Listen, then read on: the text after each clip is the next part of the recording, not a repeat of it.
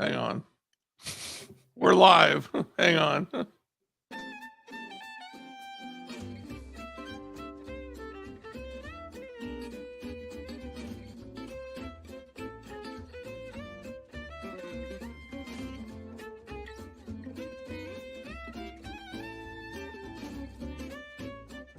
How do you do, neighbor? It's Berean Spirits time once again.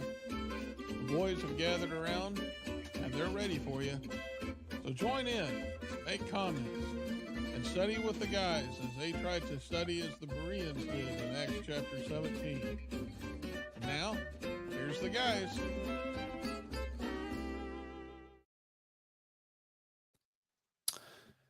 Good morning and welcome back to Berean Spirits. I say good morning. If you're watching in another part of the world, it might not be morning, so hello to you. Welcome back to the Berean Spirits. My name is Josh Thornhill. I'm currently working with the Brookmead Church of Christ in Johnson City, Tennessee. We have our normal co-host with us today, Richard Dotson from Kearney Church of Christ in Kearney, Missouri. How you doing, Richard? Good, very good. Trying to hit the right buttons. I do apologize for the opening of the show there. I hit the logo button instead of the opening button, but we're started.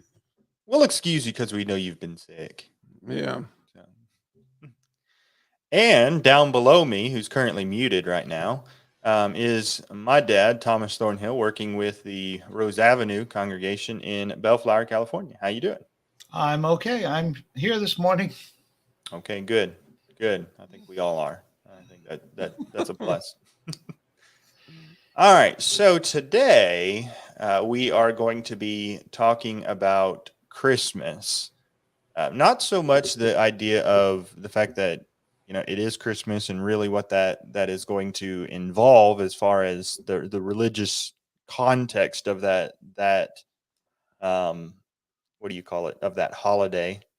I think we've kind of made ourselves clear on that probably, but really what we're going to deal with is how we reflect Jesus in what we do in Christmas, dealing with some of the various challenges that the Christmas season is going to bring to Christmas or to Christians. We're going to be discussing how we can navigate those in a way that will help us to glorify God and help us to maintain our faithfulness to the Lord in all that we do. I think the first thing that we're going to be dealing with this morning is really as we travel, because holiday seasons are filled with travel. People travel. I'll be traveling. I know that. And a lot of times people think that when they travel, that they kind of can take a vacation even from the Lord. And so one of the things that's important for us as Christians is remembering that we take Jesus with us as we travel. So either of you want to jump in on that one? Well, I got some ideas. I used to work at the airport to supplement, to be able to preach. Sometimes I'd have to take on jobs to be able to continue preaching. And one job I had was working at the airport. And that meant sometimes that, working around Thanksgiving or Christmas. And there's a lot of stress when people have to travel in the airport and in other places, driving down the road, things of that nature. But I see an awful lot of stress. I drove a bus from the parking lot and economy parking to the airport. And so, I was constantly around the people who were traveling and, they're trying to get their kids going. Everything is just fast and busy. People getting off work, kids getting out of school. They're trying to get going. And, the airports are swamped. And so there's a lot of temptations to your patience. And I think that's something that Christians need to realize is that your patience is going to be tried when you're traveling. And so you need to be prepared for that. Not everything is going to go your way. Now, are you going to forget Christ when all of a sudden, uh, your patience starts getting pushed? If the airlines bump you, if you get involved in some road rage, are you going to forget about the fact that you're a Christian and your goal is to try to save these people who are, you know, testing your patience? Um, we can't allow that to take place. We got to make sure that we're taking Jesus with us and that this is an opportunity for people to see Christ in our lives. And so you need to expect it. It's going to be difficult. It's going to be a trial. Prepare yourself for that before you even embark on it. Sure. And I think we've discussed some of these concepts as we have dealt with summer vacation and things like that. But, you think about children, they grow up under their parents' roofs and then they finally go off to college and they kind of view that as an opportunity to put off some of the shackles that they experienced in their parents' homes. Um, if we're not careful, we can get in that mindset and thinking that we're away from home, we're in a different place, we're around different people, we're not in our normal routine, and so we can do things that we normally wouldn't do. But the point is, and I think that the point that Richard's trying to make is we need to take Jesus with us. He's to govern our lives in all points, not just on uh, when we're at home. He's to be the guiding influence and the one that we're living for, whether we're at home or whether we're visiting somewhere else. Right. Yeah. Going along with that, you've mentioned summer travel and so on. Obviously, for many people, the traveling that they're going to be doing is it's vacation. It's vacation time for them. And the sad reality is we know that there are many that when they take a vacation, they take a vacation from the Lord, as well. And, when you talk about your influence, if you're dealing with a family that is not Christians, say you have those even in the denominational world, or go with those that don't believe anything at all, as far as that. Because Christmas this year is on a Sunday, you need to make sure that where you are at, the best thing you can do to set an example is make sure that you set aside time to go attend the local congregation, especially if you are away from home.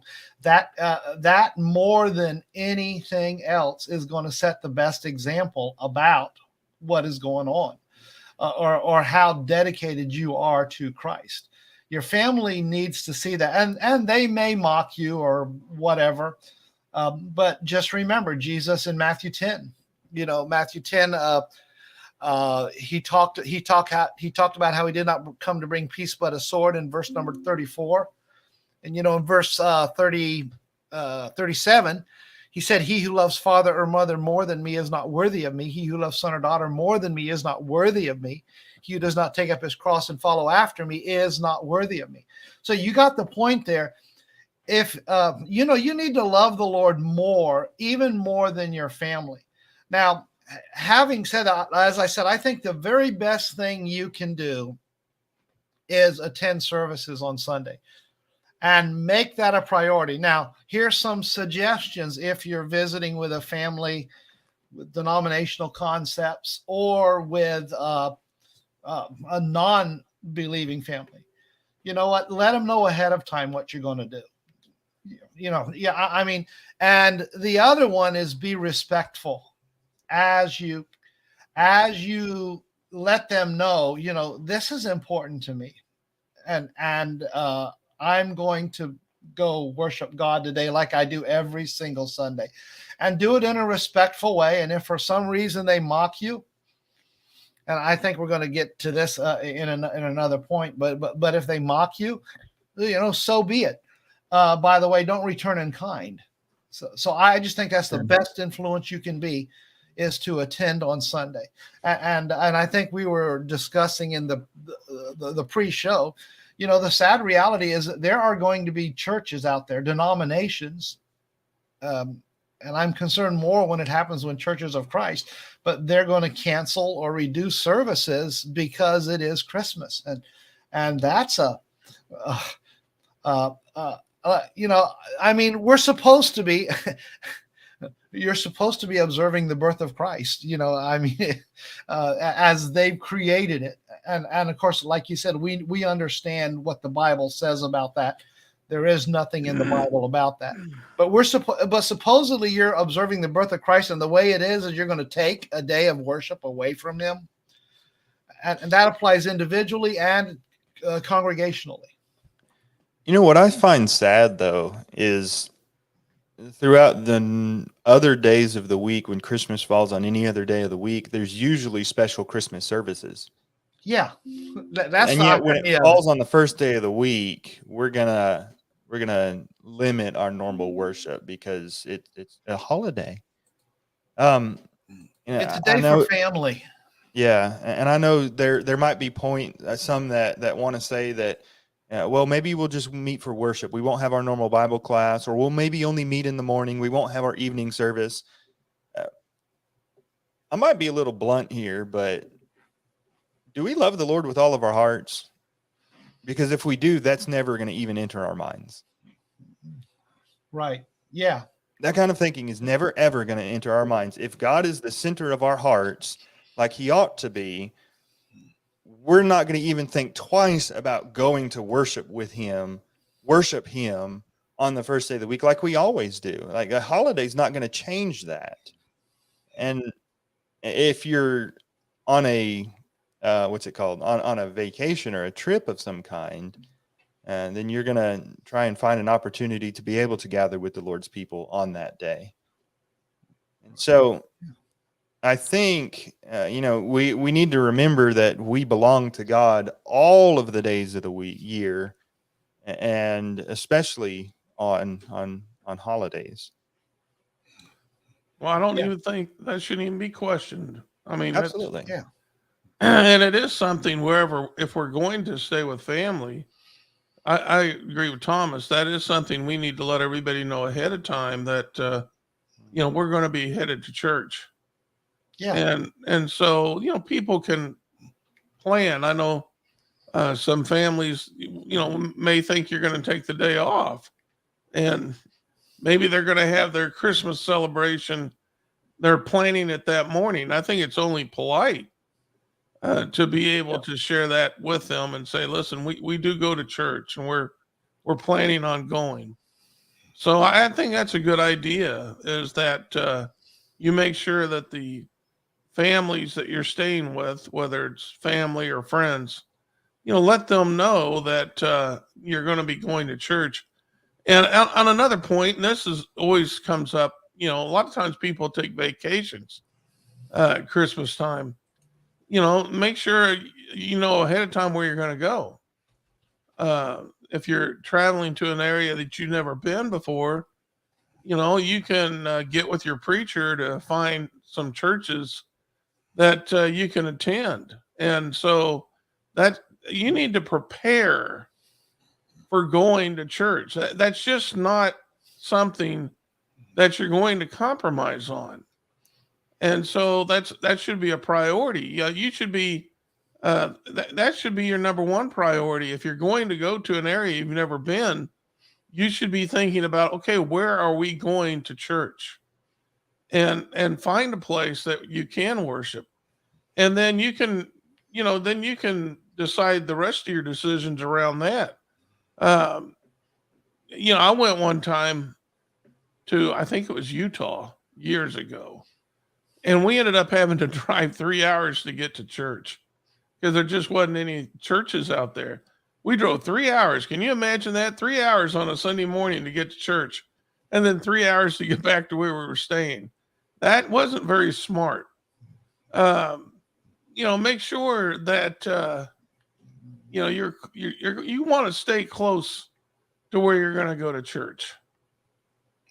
Just makes it more convenient. Sure. Um, uh, so yeah, basically we need to, people want to say they keep Christ in Christmas. Um, I don't know necessarily that that's really a big priority, but I would settle for keeping Christ in Christians and making sure that he's governing us in all that we do. Well, I think a point to be made is that the Ethiopian eunuch was traveling when Philip joined himself to them in Acts chapter 8.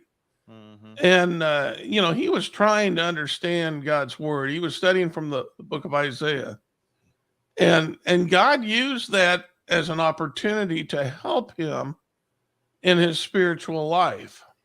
So, keep that in mind as you're traveling. If you continue to seek God, even during your travels at Christmas, if God is going to help Philip or the Ethiopian eunuch, then why wouldn't he assist you? I mean, that might be an occasion, that the Lord can use to be able to bring further enlightenment to your soul. So, that's something to keep in mind. If you're sitting in an airport, instead of burying your nose in a phone, or you can open the Bible or open a Bible app and read it. Continue to think about the Lord. If you have, if you're not busy trying to get on a plane or something, um, you can just sit back, close your eyes, and pray. But make sure you take Jesus with you and continue to seek Him. And as we see with the Ethiopian eunuch, the good things happen. It's not a bad thing to take Jesus with you on your travels. Trust me, nothing bad is going to happen taking Jesus with you on your travels. It's just Right. good stuff.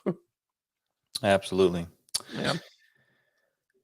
Another thing I think that you're wanting to cover here in this discussion is some of the challenges that we're going to face as Christians, and that this season is going to bring. One of the challenges that some Christians are going to face is their work is going to have Christmas parties, and oftentimes those parties are filled with drinking. There's alcohol being served and people partaking of that. And a lot of times Christians are left with questions: do I go? Or if I do go, how do I, navigate such an instance? And so, what kind of advice would you give to those Christians who might be in circumstances where they have those office parties that are dealing with, they're going to deal with that kind of immorality while they're there?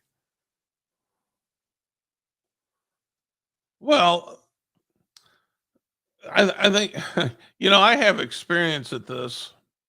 Um, You when I host was those parties?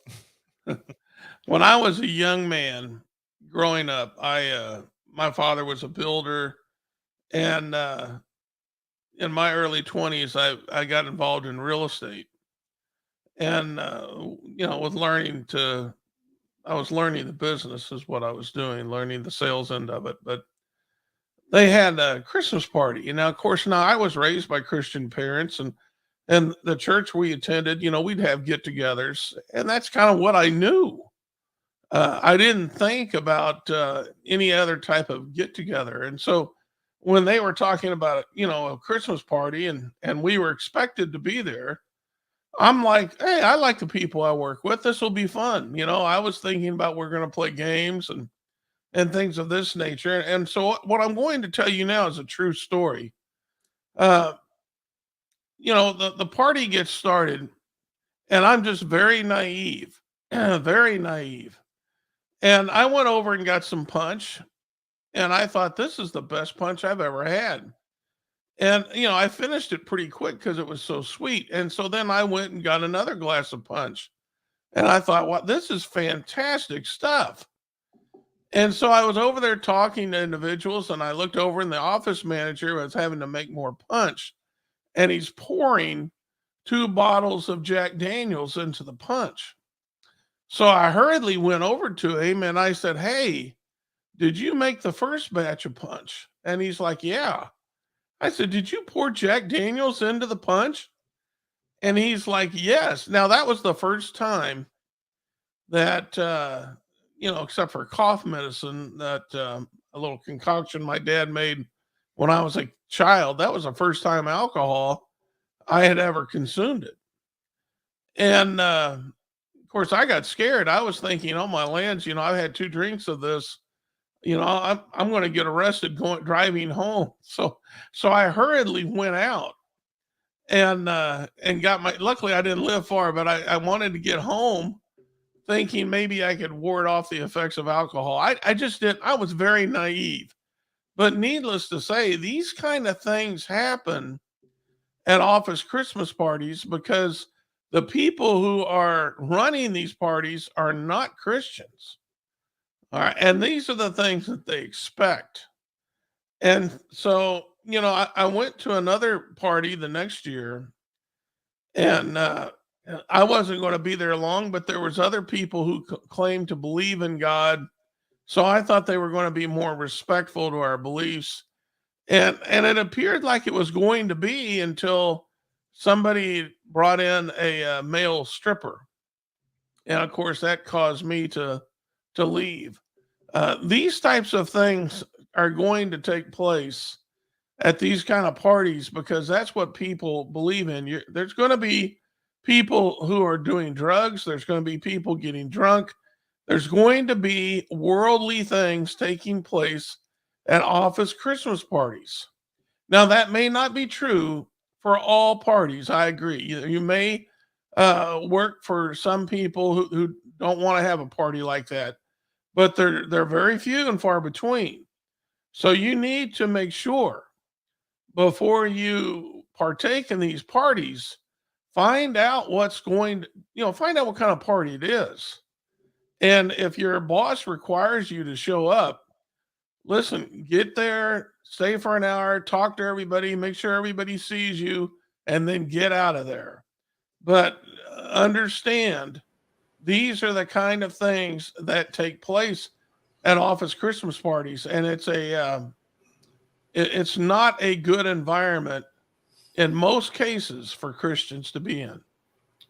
Right. Yeah. I mean, I understand. Because of my job and because the way I've been raised, my dad's job, always been in a family of preachers. Hey, my dad. We never had to deal with the office parties, except for when we got together as brethren. The secular stuff. And, I mean, we do that every year, but obviously we don't have any of those concerns. There's no dancing, obviously zero alcohol, no questionable entertainment or anything like that. And my thoughts, and it's easy for somebody that's on the outside, it's easy for a preacher. You don't have to deal with this with your job and stuff, but it's easy to tell people don't go. And my first advice would be, and I know you agree with this, Richard, based on what you said, if you know what's going on and it's not compulsory, don't go.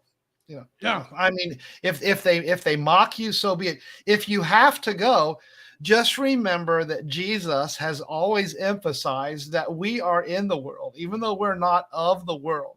There is an understanding that we need to understand as Christians that it was not God's intent that we live in monasteries. I mean, how can you carry out the Great Commission?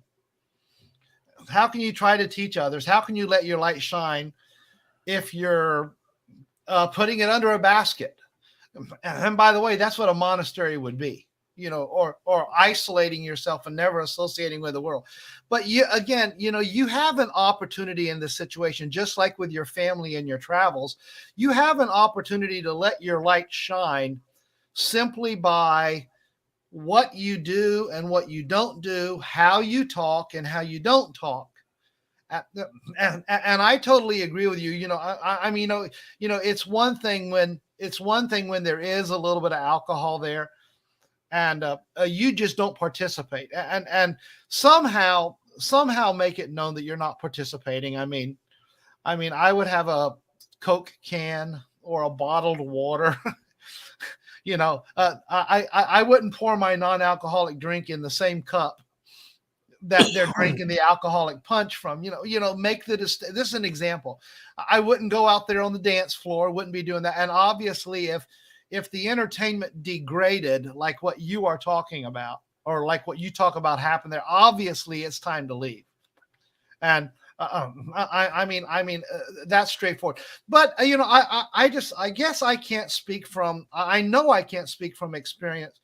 But with my Pollyanna view, I just hope that all office parties aren't like that. In other words, even though there's an office party and some things might be going on, they don't expect everybody to get caught up in the ungodly parts of what the world does. Well, they're not all like that. Yeah, exactly. My wife works at a school, and they have a very good get together. So I mean, they're not all like that, but there are a lot. Oh, and I can imagine, right? And the whole point is, this is an opportunity for you to let your light shine.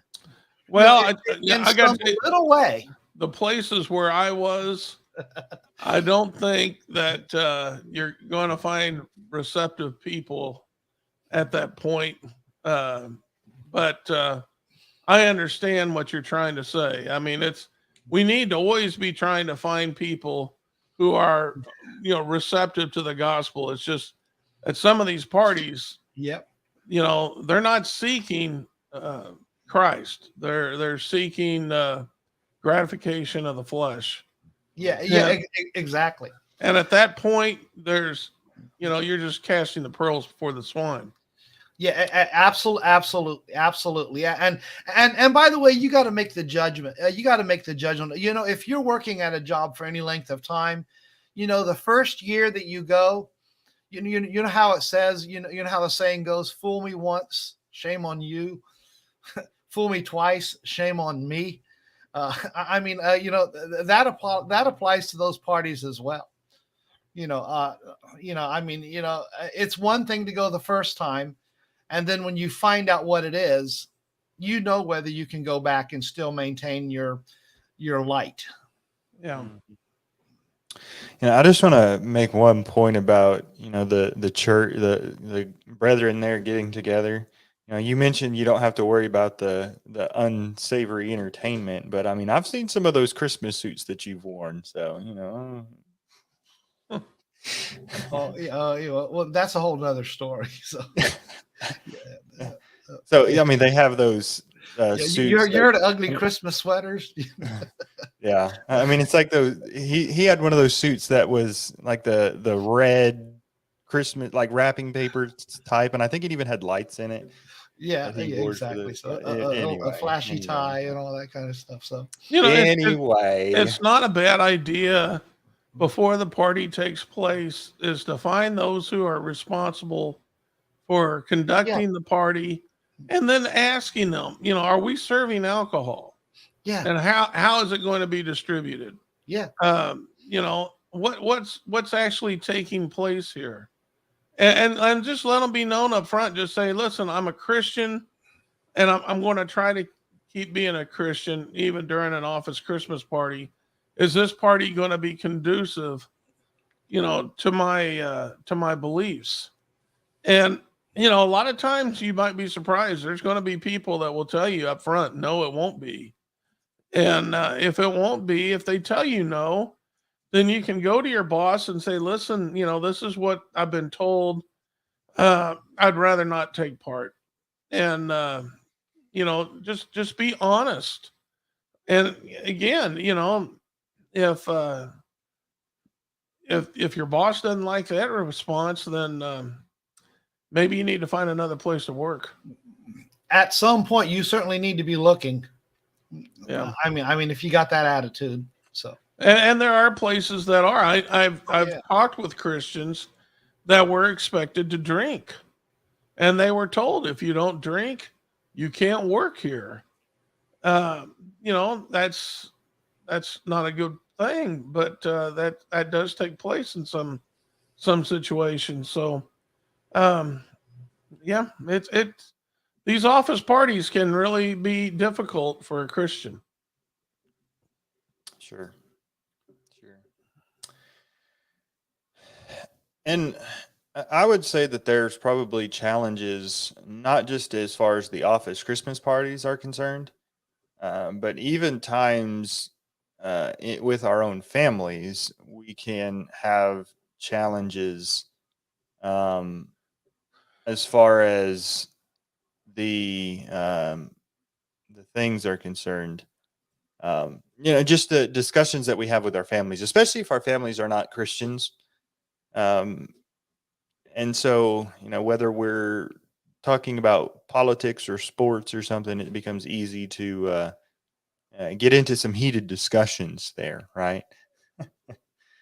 Um, I remember at Thanksgiving, I was giving my aunt a hard time about the team that she was rooting for, and yeah. Anyway, Can we answer a question before yeah, we proceed? yes, David Stambursky, and I'll go ahead and show this. He made a comment. He says, I know you probably won't agree with this, but don't you think too much is made about this holiday called Christmas? Yeah. I mean, it's only one day a year, so in the whole realm of things, it's not that big a deal. If people are traveling and seeing family, and you know you're going to have a small church service in your hotel room, correct? No, that I don't agree with. I don't see anywhere in the Bible where people could just become their own church out of convenience. All the places that where I seen churches, David, in the Bible were areas where people have come together to worship the Lord and to form um and to run the church as the Lord sees fit as his organization. In other words, they were striving to have elders, they're striving to have deacons, these types of things that are taking place. They're working at taking the gospel out in that community. And uh, now, by that argument, I have seen Christians who had that idea that they could just worship anywhere, and I don't see that in the Bible. I just don't. Maybe you guys can help me with that, but I don't see an example of that. Uh, I see where Christians lingered so that they can worship with the saints, but I don't see a situation where someone just said, "Well, I'm going to go to the NASCAR races this weekend, and so I'm going to worship in the back of my camper," which I've actually known Christians to do. They missed church service so they wouldn't miss the start of a race. They had a small worship service in the camper of their truck. Uh, and so that's what I would say, David. I mean, I would say on that point you just made, I would ask somebody to prove it. I'm not against it, but I'm saying show me where someone has the authority to create a one-day church in their hotel room or in the back of their camper or wherever. I would add to that. Um, our life in Christ is about sacrifice. Jesus sacrificed his life to redeem us from sin, and he calls us to sacrifice our life to him. And sometimes that means I'm gonna sacrifice some family time on Christmas because it's on a Sunday, and I'm gonna go gather with the Lord's people.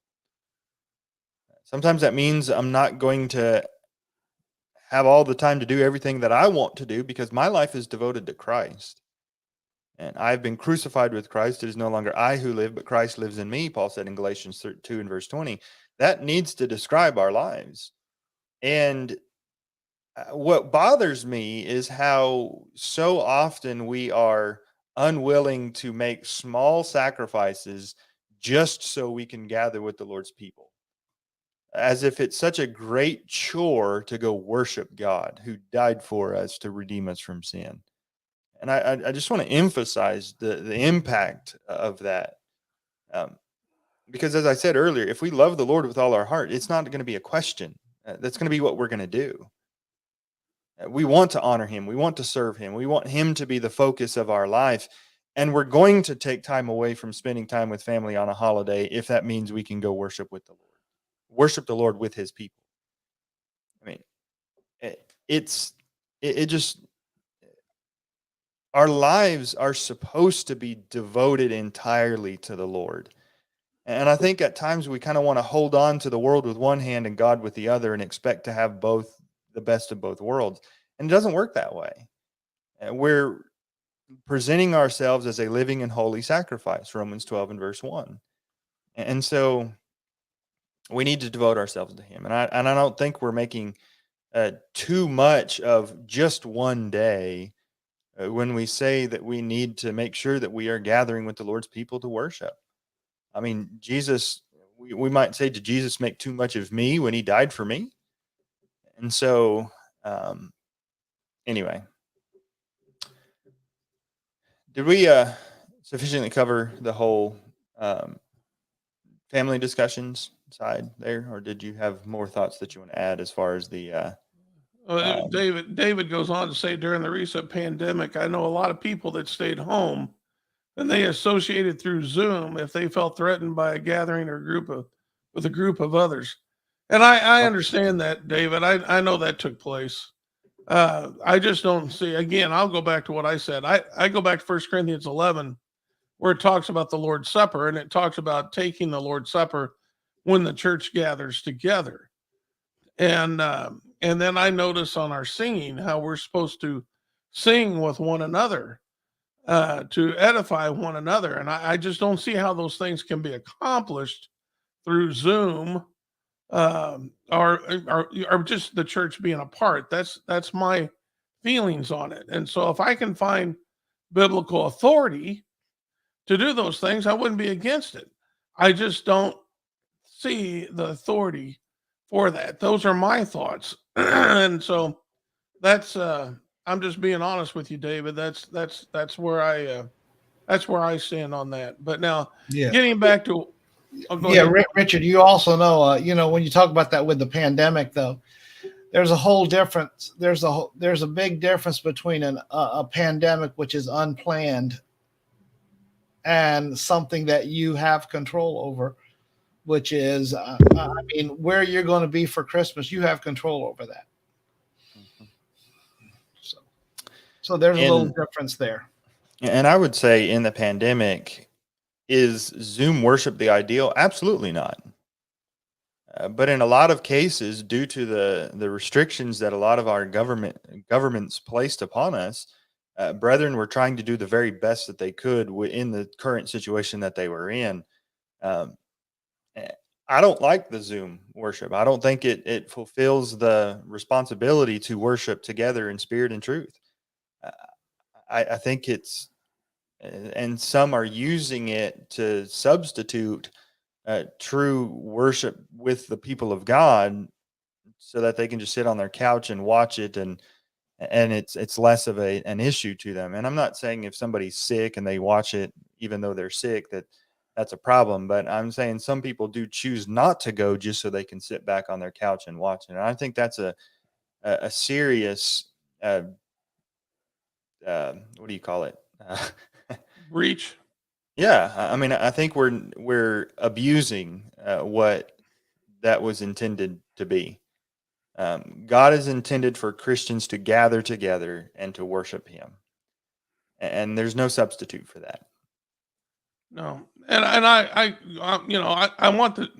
I don't want to get our show off track, but I'll just say this: that pandemic caught a lot of people off guard, and a lot of people are still studying what people did during that. And so I think there needs to be a lot of allowance for people to study what they did.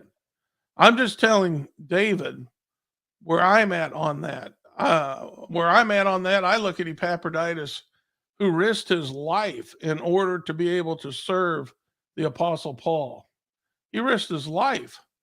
And am I going to display the same attitude in risking my life in order to serve my brethren in worship?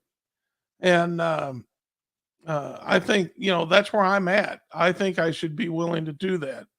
And so the next pandemic, when it comes our way, I'm going to be telling the brethren I'm going to be at church ready to worship, and hopefully there'll be some that'll show me.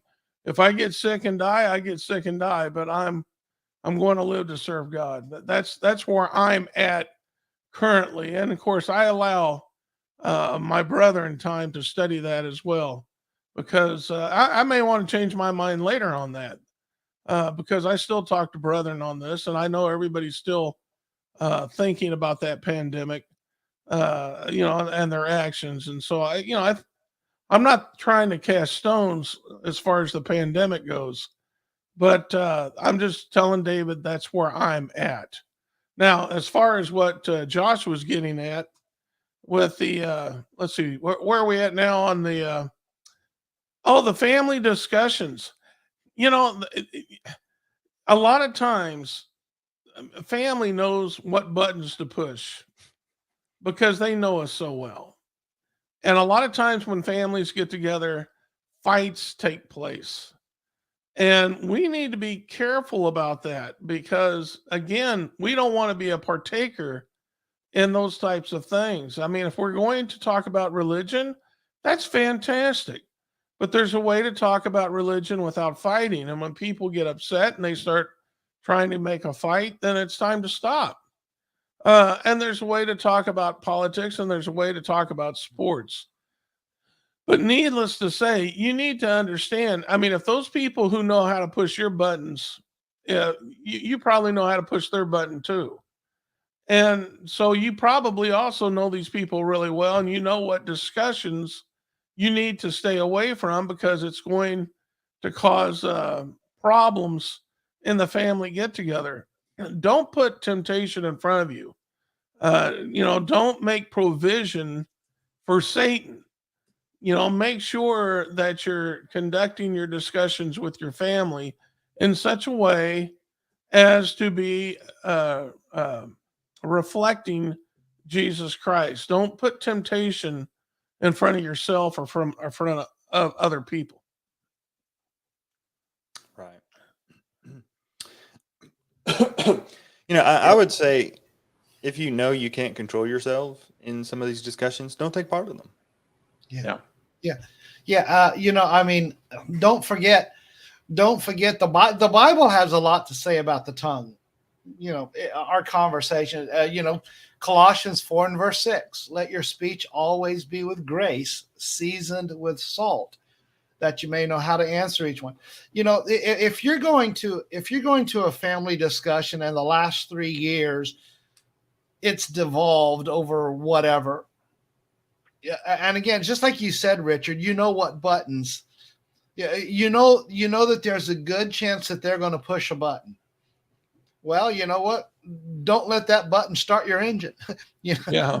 I mean, you know what? Give as an example. Since we're dealing with a holiday discussion, give as an example. You're letting them know that you're going to go to church on Sunday. It's Christmas. I'm going to take a couple hours and I'm going to go worship God like I do every week, and so on. And when they bring it up, oh, you're just self-righteous and all these things. You think you're better than us. Don't even respond. From that standpoint, you say, whatever you can say to diffuse the situation. Say, well, this is just my conviction, and I appreciate your attitude. I don't feel that way, but I'm going to go. Just do it. Don't get caught up in the discussion, and especially like you've said, the politics. The politics and sports, those are things you don't argue about. And you know what? As long as you agree with me, there's not a problem, but I know. But that's the thing. If they're going to push your button, be prepared and don't let them. I know for a number of years, the saying's always been the two topics you don't discuss at family gatherings are politics and religion. And I think we've reaped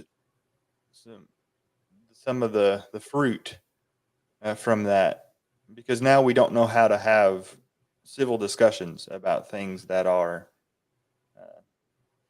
controversial or that are difficult topics. And Again, if you can't control yourself in those types of discussions, then don't have them. Right. Why would you put yourself in a position where you're just going to get heated and you're going to say things that you shouldn't? I mean, just don't put yourself in that position. But if you can have a civil discussion, then do so. But and I would say, even if you can have a civil discussion, but others can't, Yeah. maybe not bring up those issues. And so, Yeah, that's the point I was thinking of, Josh. It's not just you, but it's the other person. yeah, I mean, if you're pushing the button, if by saying something, you're going to push a button, maybe this is not the time to talk about this. No, usually at those family gatherings, the whole goal should be to get through it. Yeah, have fun. Yeah, have fun, enjoy family and stuff, and Catch up. And think about this too. Why do you want to damage a relationship that you can prevent damaging? That within itself is a thought. Well, David says, wherever the Apostle Paul went, you either had a revival or a riot. It's a shame we cannot talk about politics or Christianity with people without it being pushed down to let's not rock the boat. Yep. And I agree with that. But we all agree with that. Yeah. But there's also a time you got to think about that rocking the boat situation. If it's not going to do any good, then your efforts are best elsewhere. Yeah, and the whole point in that, though, Richard, is a productive conversation always has two sides that are receptive. Yeah. Yeah, and we're not talking about the conversations here. We're talking about people that intentionally know that they're pushing buttons. They don't want to discuss. They want to argue.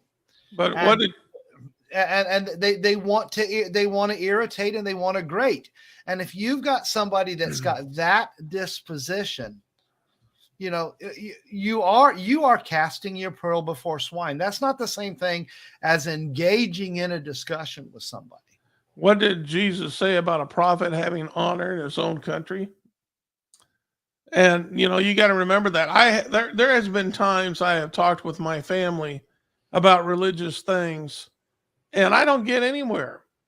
And then I have seen visiting preachers come through and just in a sermon preach the exact same thing that I had said 1,000 times.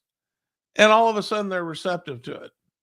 And of course, when that happens, I always think back to what Jesus said about a prophet not having honors in his own country. It's really difficult for siblings to listen to other siblings. It's family members. It for whatever reason, seems to be a very difficult thing. It's not impossible, but for the most part, it seems to be a very difficult thing.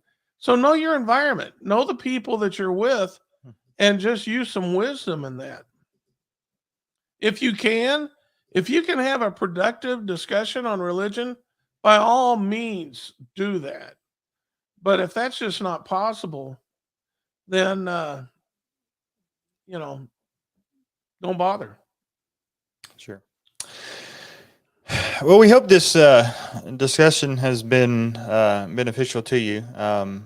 I know there's obviously a lot of challenges that Christians sometimes will face in this season, and hope we can help you to navigate those. As far as my final thoughts, I just think we need to remember that we belong to Christ. That is rooted in our identity. We are identified with Christ. We belong to Him, and our life is reflecting that. And so wherever we are, whether we're traveling, whether we're at a Christmas party, whatever it is we're doing, we need to reflect the fact that we belong to Christ and that we identify as a child of God. Richard, any other final thoughts? Yeah, it's something and this is just something for people to keep in mind. a lot of families are going to just, I mean, it's very difficult when you have children to tell them we're going to wait till after church to open presents. And so a lot of families are going to open their presents. If they do that, they're going to open their presents before services. And that's fine. But now keep in mind, and this is just something to be considerate of, not everybody at church will be able to or will bless their families with presents in the same way. And children have a tendency to go to church and to tell their friends what they got for presents. And, if someone gets a really nice gift, then that can disappoint another child. Uh, just keep that in mind. And if, you might use that if you got your child a really nice gift. Just tell them, if you go to church, just tell them, hey, I got a lot of things in my stocking. I got candy and things. Just tell them some moderate presents to share. Be careful about causing your fellow uh, friends at church to covet over your presents and make them feel bad about what they might be getting. Which is, I know it's a disappointing thing, but that can happen, and I can remember that taking place when I was a child. Sure. Dad, any final thoughts? No, thank you for letting me be on the show. Thank I you, didn't Tom. want to, but Just kind of echoing what you were saying there, Joshua. Just remember, whatever you do, wherever you go, people are watching. Yeah. And Yep. that's just that doesn't stop just because it's a holiday. sure.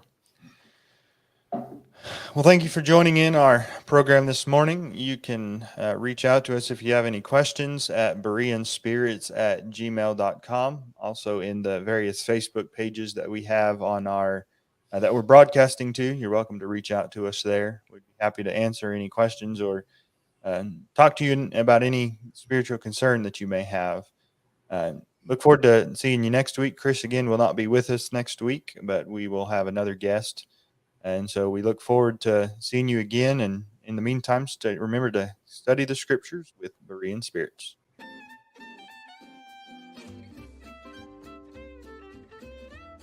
Well, folks, that's all for today. Don't worry.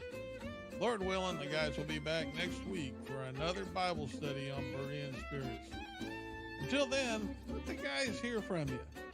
Drop them some email at bereanspirits@gmail.com. They'd love to hear from you. Until next time, let's keep studying that Bible.